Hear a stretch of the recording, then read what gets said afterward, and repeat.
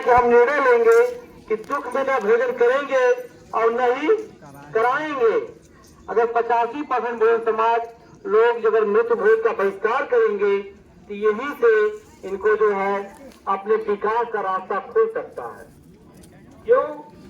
कारण है, देखिए हर चीज के लिए वह एक टोपी पहनाया हुआ है, ये उसकी एक विचारधारा है। गलती जिस समाज को हम सोच रहे हैं, इसका नाम नहीं लेना चाहते, वह समाज अब हमारे बीच में नहीं आता है, लेकिन टोपी पहना दिया है। जो बुजुर्ग लोग टोपी पहने हुए हैं, जिस चीज का एविडेंस नहीं है उसी चीज की हम चर्चा करते हैं।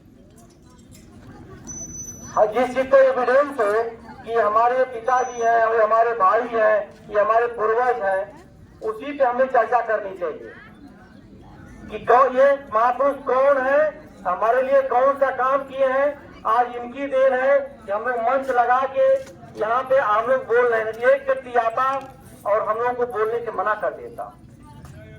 राजस्थान में यही हो रहा है। कारण है क्यों ये हो रहा है? हम लोग अलग अलग जाति, अलग अलग समाज, बिरादरी में बटे हुए हैं। जब यादव मार खाता तो यादव ही रोता है। वहां पे चमार, कुहार, लोहार, पासी, राजभर, सरकार, मौर्य कोई नहीं रोता है। अगर चमार मार खाता तो चमार ही रोता है, दूसरी कोई बिरादरी रोने नहीं जाती वहां पे। यही कारण है कि हम लोग बटे हुए हैं और एक एक करके सबके ऊपर वह जो है वार कर रहा है। तो वार कर रहा है, वार करने में सफल हो रहा है। तो उनकी एक विचारधारा है, उस विचारधारा को हम एक कि धर्म में ऊंच नीच, ब्राह्मण के आगे सारे नीच। आप जो है धर्म के अनुसार आप अगर अहिर है तो अहिर बने रहेंगे, क्योंकि वो विचारधारा है। धर्म के अनुसार, अगर संविधान के अनुसार डॉक्टर भीमराव अम्बेडकर संविधान दिया, आप अगर चपरासी बन गए तो चपरासी से आईएएस की परीक्षा देकर आईएएस बन सकते हैं, पीसीएस बन सकते हैं, एक अध्यापक बन सकते हैं। लेकिन आप जो है अगर मौर्य है धर्म के अनुसार तो मौर्य ही रहेंगे।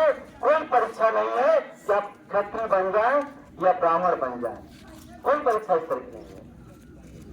तो जो झूठी परंपरा है, असत्य है, अंधी परंपरा है, उसको हमें छोड़ना पड़ेगा। तो देखिए इनके 4 जो है चरण होते हैं, 4 चरण है। 4 चरण से वह हमको जो है आज गुमराह किया हुआ है। पहला चरण है कि ब्रेकआउट कर देना। वो हमें क्या करता है, हमारी चर्चा ही खत्म कर देगा। अगर हम किसी को पीछे करना है तो सबसे पहले परिवार से शिक्षा खत्म कर दे। पहले वो हमारे शिक्षा पे तय किया, हमारे शिक्षा को आज महंगी होती जा रही है, शिक्षा पे जीएसटी है। आज इतनी महंगाई है शिक्षा की कि आम पब्लिक बच्चों को पढ़ाने में असमर्थ है। इतनी महंगी फीस, कॉपी, किताब कि हर व्यक्ति पढ़ाने में असमर्थ हो गया है। जब शिक्षा से वंचित किया जाएगा तो आपको कोई आकर गुलाम बना सकता है। हिंदू, मुस्लिम, सिख, ईसाई, किसी धर्म का व्यक्ति गुलाम बना सकता है जब आपके पास शिक्षा ही नहीं होगी। और शिक्षा होगी तो आप अपने महापुरुषों के विचारधारा के अनुसार आप तर्क करेंगे, क्या सही है, क्या गलत है, हमें क्या करना चाहिए, क्या नहीं करना चाहिए। दूसरा है, कुछ लोग विरोध करते हैं। जो विरोध करते, जब कोई वह जो विचारधारा देता है तो सब विरोध करते हैं। वो विरोध करने में हमारे महापुरुष रहे। तो जब जो विरोध करते हैं तो वह कुछ लोगों में गुलाम बना लेता है, वह कुछ लोगों को मानसिक रूप से गुलाम बनाता है। कैसे? परिवार में आके ही परिवार के खिलाफ भड़काता है, गांव में ही आकर गांव में कुछ लोगों के खिलाफ भड़काता है।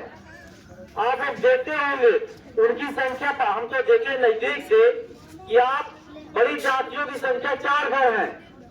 वह जो हमारे 85% बहुजन समाज है वह 80% है।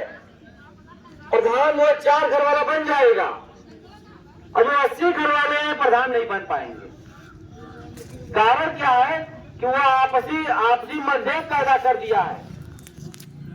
एक कहावत है कि अभी कुछ गायकों ने कहा जो है कि हम लोग जो बहुत संख्या में है, झौका भर है, लेकिन बिकते किसमें है?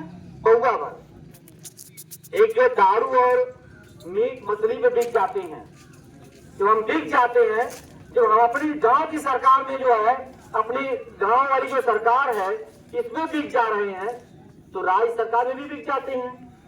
देश की जो सरकार हमारी व्यवस्थाओं को, हमारे बच्चों को शिक्षा के अधिकार है, रोड और नाली की व्यवस्था है, वो हमें नहीं दे पा रही है, कहीं न कहीं हमारा शोषण कर रही है। अगर नाली की व्यवस्था पे 10 रुपया अगर खर्च हो रहे हैं, उसमें वो 4 रुपये खर्च करने बचा लिया, 2 रुपये कमीशन दे दिया, 4 रुपये उनके पॉकेट में आ गए, तो आप गुलाम हैं, क्योंकि उसे आवाज नहीं उठा पा रहे हैं। आप बिके हुए समाज हैं।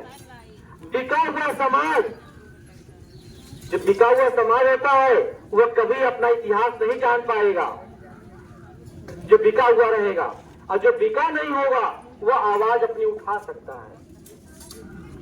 तो दूसरी है एक मजबूरी। कुछ लोग कहते हैं कि हमारी तिरंगी करना मजबूरी है, हम लोग समझाने जाते हैं तो मजबूरी उनकी लाचारी होती है कि उसके यहाँ कुछ आपराधिक तत्व जो होते हैं वह पहुंच जाते हैं, नहीं आप करिए, आपकी क्या हारी है, आपके पास इतना जमीन है, जायदाद है, खेती बाड़ी है, बाग बगीचे है, पिताजी ने इतना छोड़ के गया, तो आप जो है तिरंगी करिए। वो अपराधी उसकी वहां पहुंच के अपने चंगुल में फंसाते हैं और उस व्यक्ति के 2.5 से 3 लाख रुपए बर्बाद करवा देते हैं। और जब उसी परिवार में कोई लड़का BEd BTC IIT करने से वंचित होता है, वह अपराधी नहीं जाता है कि वहां पहुंच के उसके लड़के को जो है IIT करना है, ये MBBS करना है, BEd BTC करना है, उसका सहयोग कर दे। वही गांव वाले, वही घर खानदान नात रिश्तेदार वाले नहीं पहुंचते हैं। तो आप जानिए, पहचानिए कि हमारा दुश्मन कौन है, किसने हमारे साथ जो है गद्दारी कर रहा है। आप जो है शादी विवाह में ब्राह्मण को बुलाते हैं, ब्राह्मण आता है लड़की पास से अगर 7,000 लेगा तो लड़के पास से जो है 14,000 लेगा। क्या पूरे मड़वे में बैठ के रात भर आपको गाड़ी दिया, आपकी पूर्वजों को गाड़ी दिया, लेकिन आपने उसने सोचा न समझा, संस्कृत में सारी बात किया, पैसा हिंदी में मांगा। आप उसे कहिए कि जो पैसा भी संस्कृत में मांगो। हम भी जैसे मंत्र पढ़े हो वैसा एक कागज पे जो है 10,000 लिखिए दे दीजिए उसको, नोट मत दीजिए, एक पेपर पर 10,000 रुपया लिखिए और उसको दबा दीजिए, देखिए कैसे ब्राह्मण भाग जाएगा, क्योंकि फर्जी मंत्र पढ़ा है, सारे मंत्र